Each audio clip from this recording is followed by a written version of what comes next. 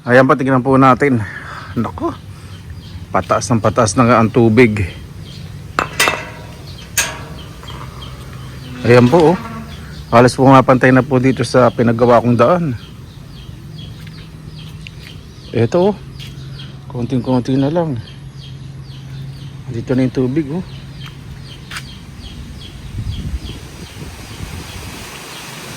Ayan, nakapantay na po sa daanan.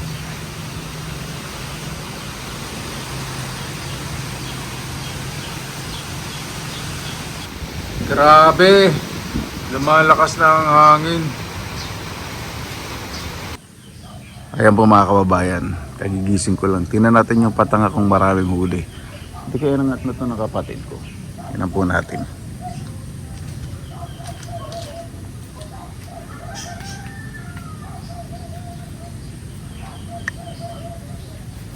Yan.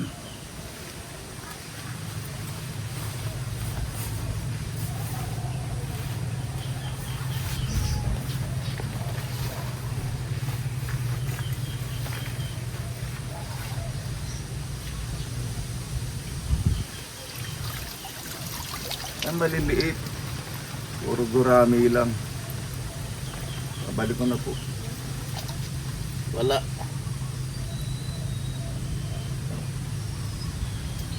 Wala pa. Napakalaki ng dilim. Mukhang malakas na ulan na naman to. Yung usad ng ulap ang bilis. Ito po yung nakakamiss. Kapag ulan, nag-overflow, aagos. At ang mas masaya po kapag mayroong isda. Patubig po ito.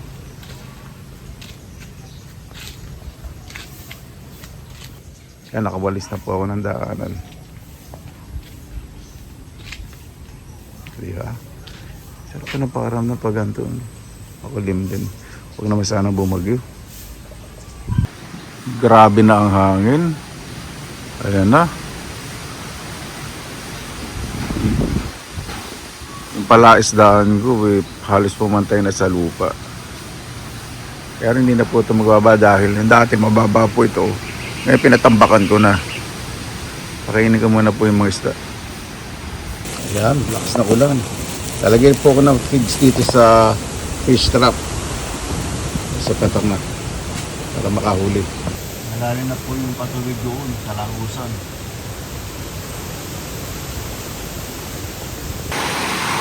Ayan po. Umpisa na naman ang ulan.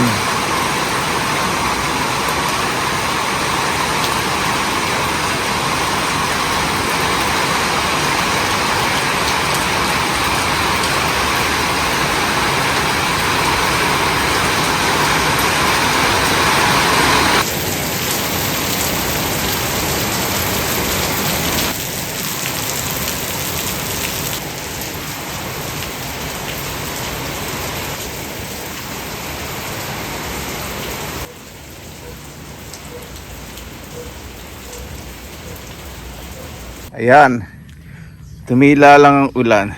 Ito po ang lakas ng agos sa patubig. Ayan, medyo umapaw po. Ganyan lang po dito. Naku, yung patanga ko. Ano kaya nangyari? Maraming isda. Gawa akong talbos ng kamote. Dali. Hindi po yan basura. Ano po yan? Inipo ko lang po yung masako ng pinagsementuhan. Kakolektahin ko rin yun. Maraming talbos na kamote mga kote. Tinan ko rin yung patanga. Muna tayong talbos na kamote. Yung pala isdaan ko, pantay na yung tubig dito. Pero hindi makakawala yung mga isda dyan. Grabe yung ulan, wala talagang tigil. Ang dami kong nadidinig na pagaspas ng isda. Hindi ko alam kung saan banda. Pero kung muna ang talbos ng kamote. Tanggalin ko po muna yung patanga. Baka malunod lang yung kumihon isda, baka malunod.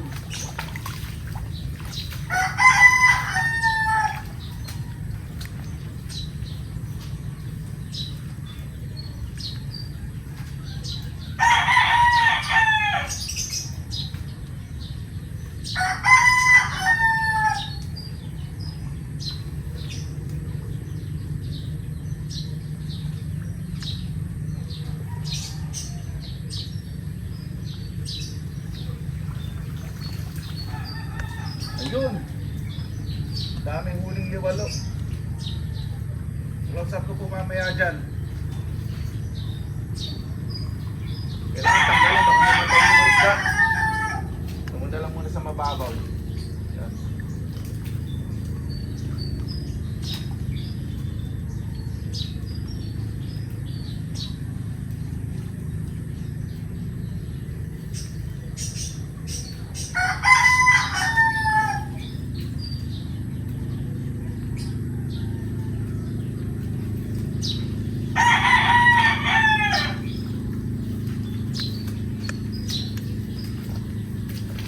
Ito muna rito.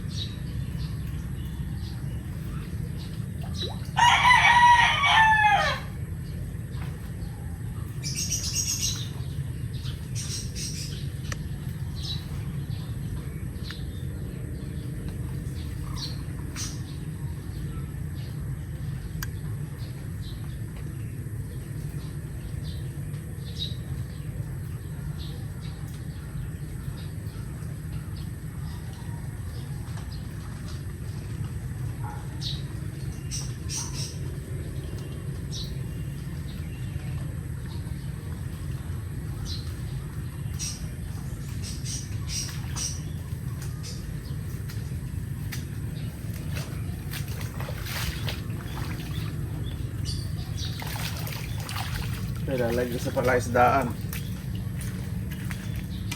Hindi na nakuha pang talus. Ayun po. Dami-dami rin. Ito, papakabalan ko sa palaisdaan. Liwalo saka gurami.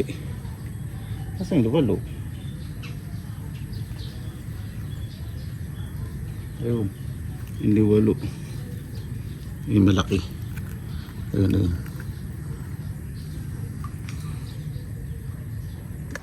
Yan.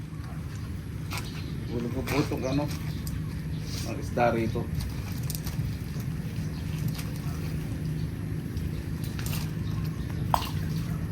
Marami-rami din ah.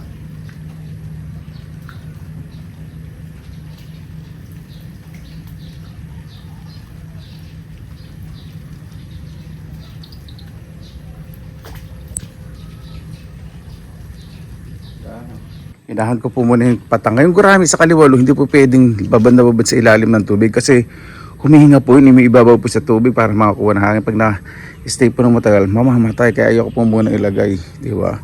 Kawa naman yung isda kung mamamatay. Tingnan po natin yung sa neighborhood. Kasi ito po sa akin kasi mataas eh. Taas ng patambak ko, simento. Tingnan natin. Yan. Medyo umaabot yung tubig dito.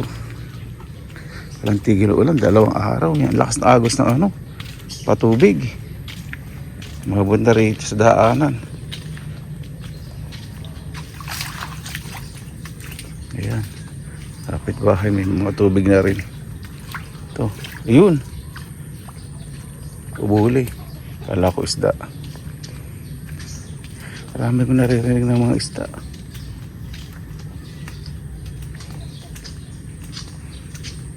Tumas ang patubig ng dati. Itong nilalakaran ko. Abot dito, maputik.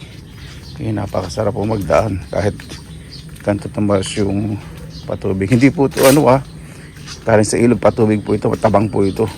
Kasi kung alat po ito, mamatay po yung mga halaman.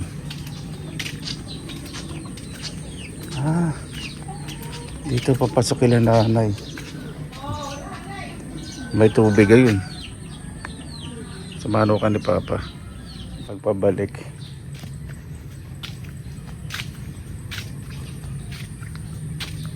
Yan, sa ibang lugar po talaga, lubog na po.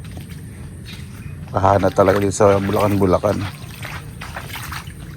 Po sa lugar po kasi namin, mataas po ito yun. Taas na, ang bilis ng agos. Yan tubig.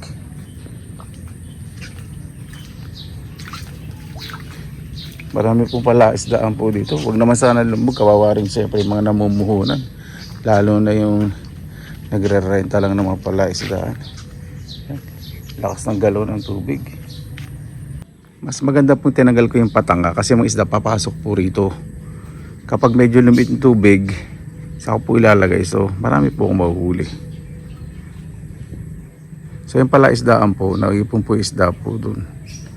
Si Papa saka sila nanay kapag may mga isda doon minsan pinapakalugkog po nila. Yung parang pinakukulang bagya na pinakukulaan po, hindi namin pinakukulang malambot. Tapos ipiprito, napakasarap po yung mga bulig. Ayan, at napakalaki pa rin po ng dilim. Mukhang magdamag na naman to. Siguradong mas tataas na naman po ang tubig. Siyempre magpapakawala po ng tubig ang dam.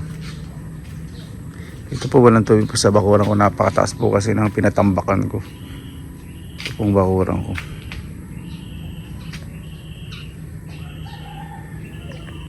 Babantayan ko po pagtaas ng patubig dito sa gilid. Kasi kanina nung watang yung talbos hanggang doon lang.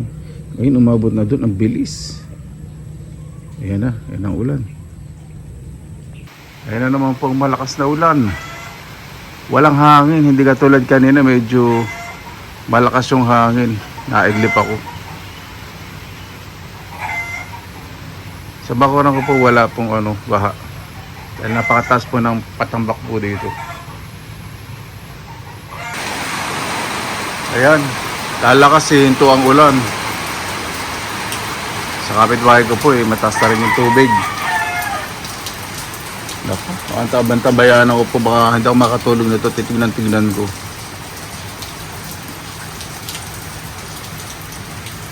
First time ko po ma-experience po ito mula nung nagawa po yung bahay ko. Hanggang itong nagbaha. Habang inaantabayan ako po yung pagtaas ng tubig, luto po muna tayong talbos na kamote. Saka tinapa. Yan, lumalak pa rin. Tignan po natin. Malakas ang hangin.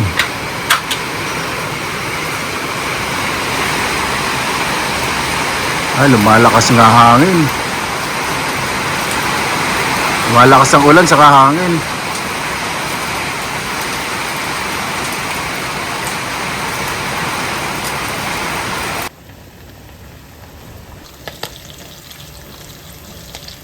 Kaya kumuha po muna ako ng sila at kalamansi para masarap ang kainan natin sa tinapa at talbos ng kamote. Tignan po natin itong harap. Ayun, may mga isda malalaki. Kaya mo muna. Ako, mapaw na po yung yung paraanan. Ayan po. Puno na. Hintayin ko po hanggang saan naabutin to. Papasok kaya itong lobo. Hindi ko pa na-experience to. Bagay nakita nyo naman po sa mga nakaraan natin vlog Mark, kamusta? Baha na nga Ayan po yung daanan. Di ba kanina konti lang? Kaya taas na. Ito. Yung pagitan. Punong-puno na. Ng patubig. Sabihin ito pong pagitan ng patubig. Ito. Taas na. Dami pumapasag ng mga isda. Ayan, may butcherin din po tayo. Butcher ng manok na chinicharon. Kain na po tayo. Mabuhay! Ayan, pati manok nakikimabuhay. Ay, maraming salamat po sa pagkakasama-sama na naman po tayo. Bago tayo salamatan po muna natin ng Panginoon. Panginoon, maraming salamat na po sa biyaya binigyan po sa amin ng bawat isa po. Ligtas po sa oras po na to, lalo na po yung may binabaha. Huwag na pong dire-diretsong magbaha, nawing namin po at huwag pong lumakas ang hangin. Kaya nabubala po sa sinusukan na po namin sa inyo lahat sa kalan sa amin. Kaya po natin.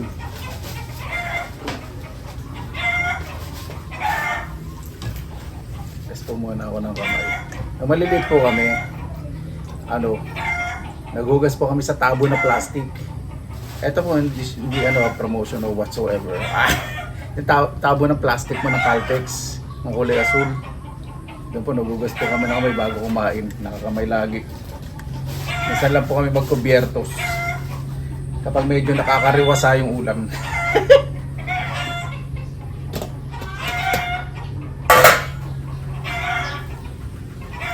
Mataas na po yung tubig doon sa gilid. Hindi ko pa po alam kung aabot po dito sa loob ko.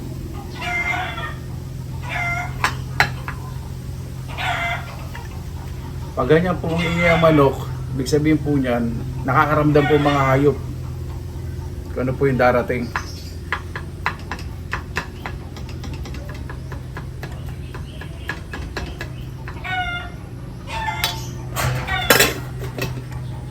Meron po dito tayong pineapple juice.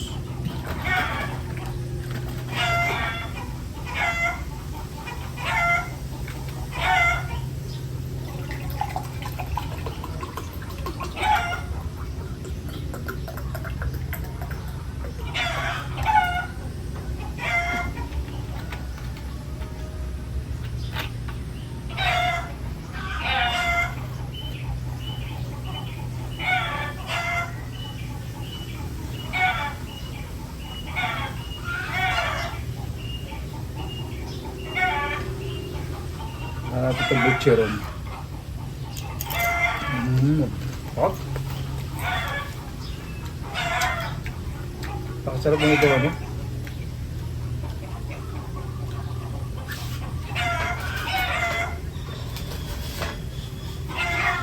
Butcheron, butche ng manok na chinicharon.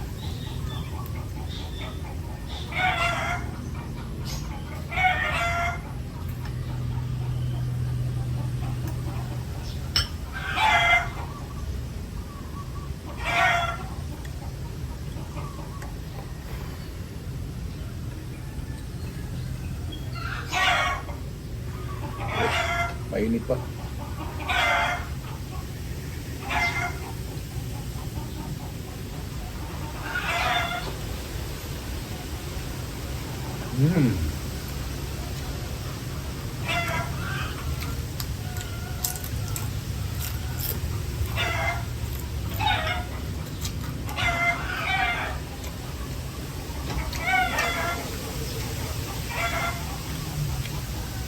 Malakas na palakas ang hangin.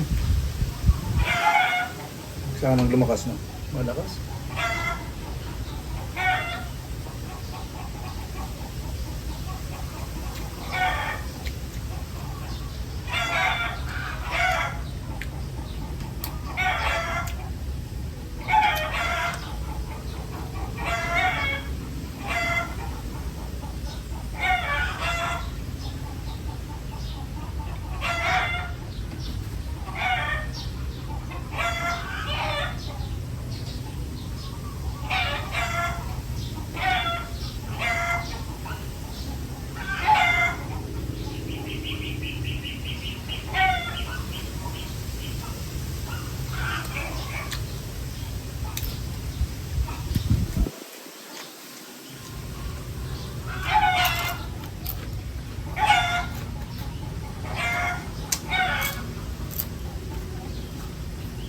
Ako parang ang taas na ng tubig. Bakit kita po sa inyo mamaya?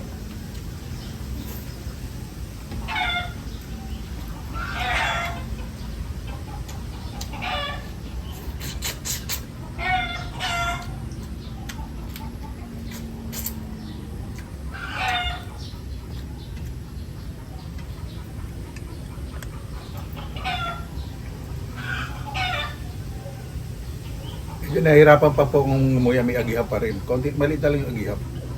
May agihap pa yung lagay nito.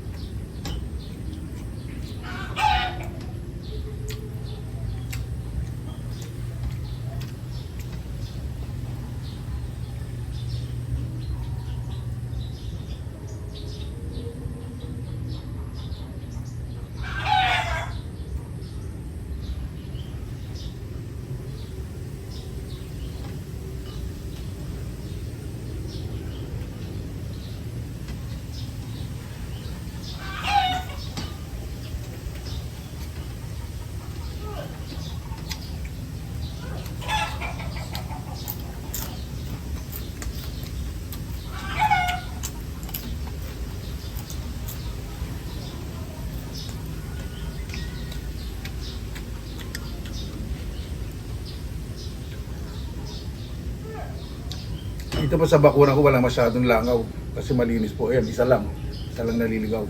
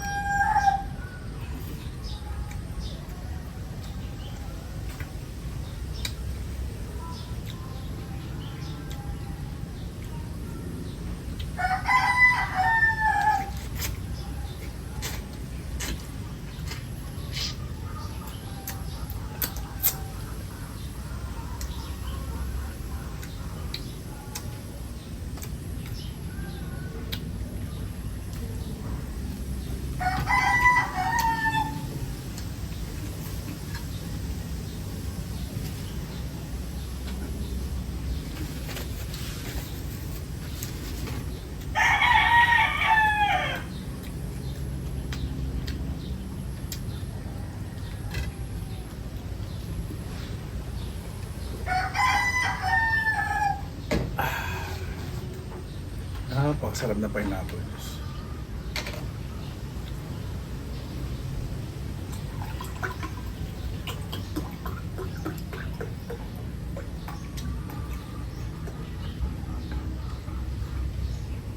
Tapos may tubig doon sa harap.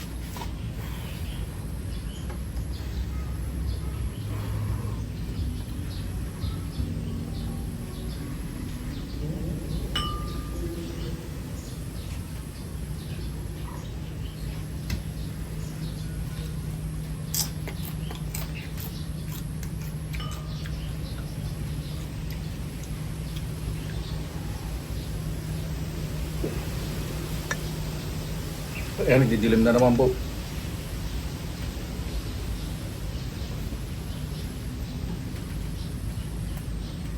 Ang ng talbot talaga.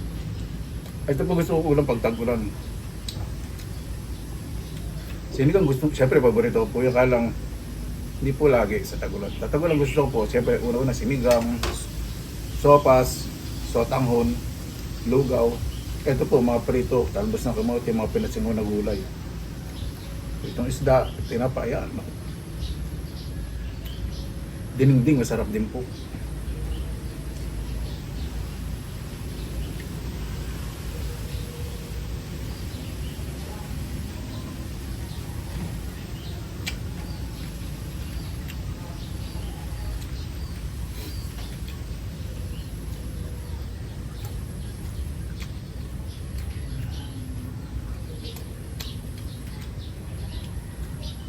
Sarap ito yan ang tinapanat.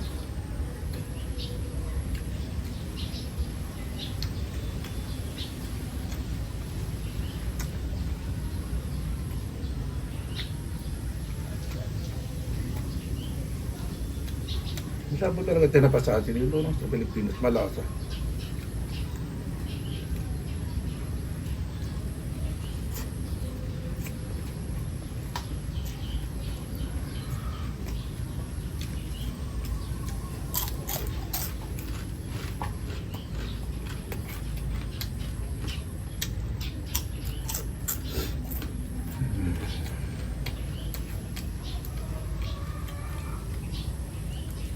May gustong pate.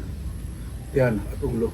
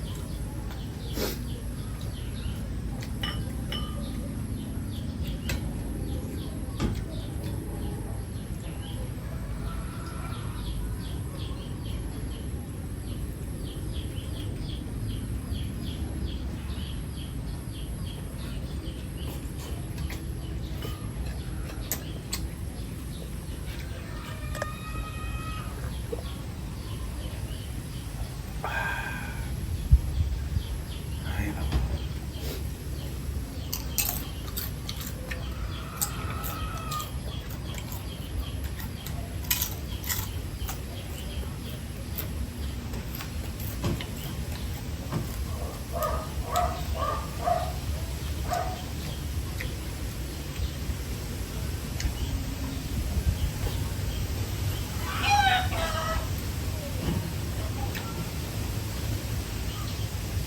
Medyo nakabalpok po yung ano. Almost pero hindi naman siya sobrang kabalpok.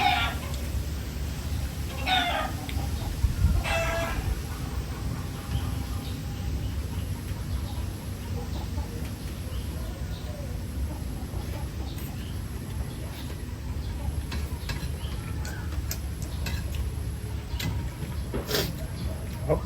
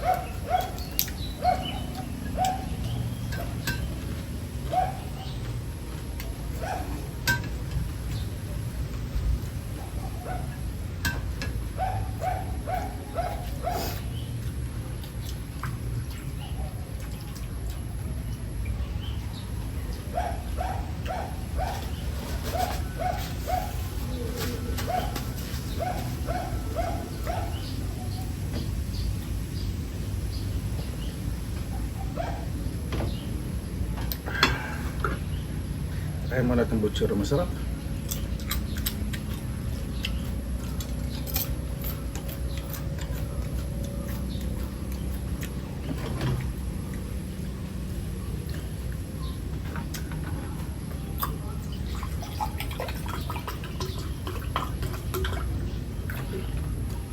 Kaya naman ang dilim.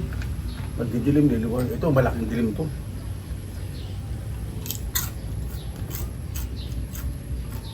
Excuse me.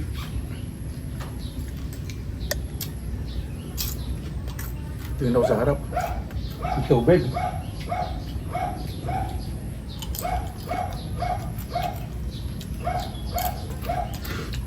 At yung pinakamasarap na invention sa chicharon, butcheron. Hindi siya oily, malinamnam, crispy na may konting kunat.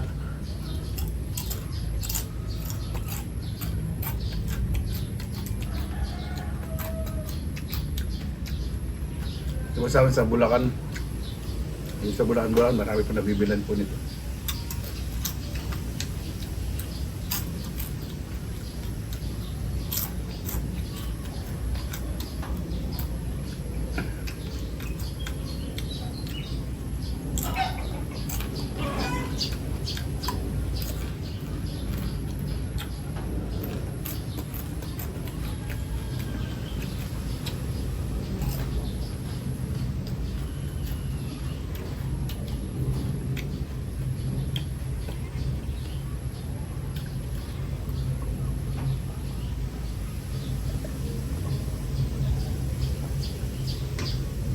Pag may pineapple juice, kahit hindi na kayo mag-dessert, alis na po yung aftertaste sa mga kinain po. Para po bago tayo magtapos, pasalamatan po muna natin ang Panginoon. Bueno, maraming salamat na po sa biyayang ninyo po sa araw po na ito. Naway ang bawat isa po ay ligtas, lalo na po yung malalayo sa kanilang mga mahal sa buhay. Kaya na po bahala po sa inyo, sinusuko na po namin sa inyo lahat sa kanilang Jesus. Paano po, maraming salamat na po sa inyong oras dahil nasa pinilang kalakbay sa lagi po tayong positive vibes, good vibes. God bless, kahit po lagi magandang araw. Laban lang!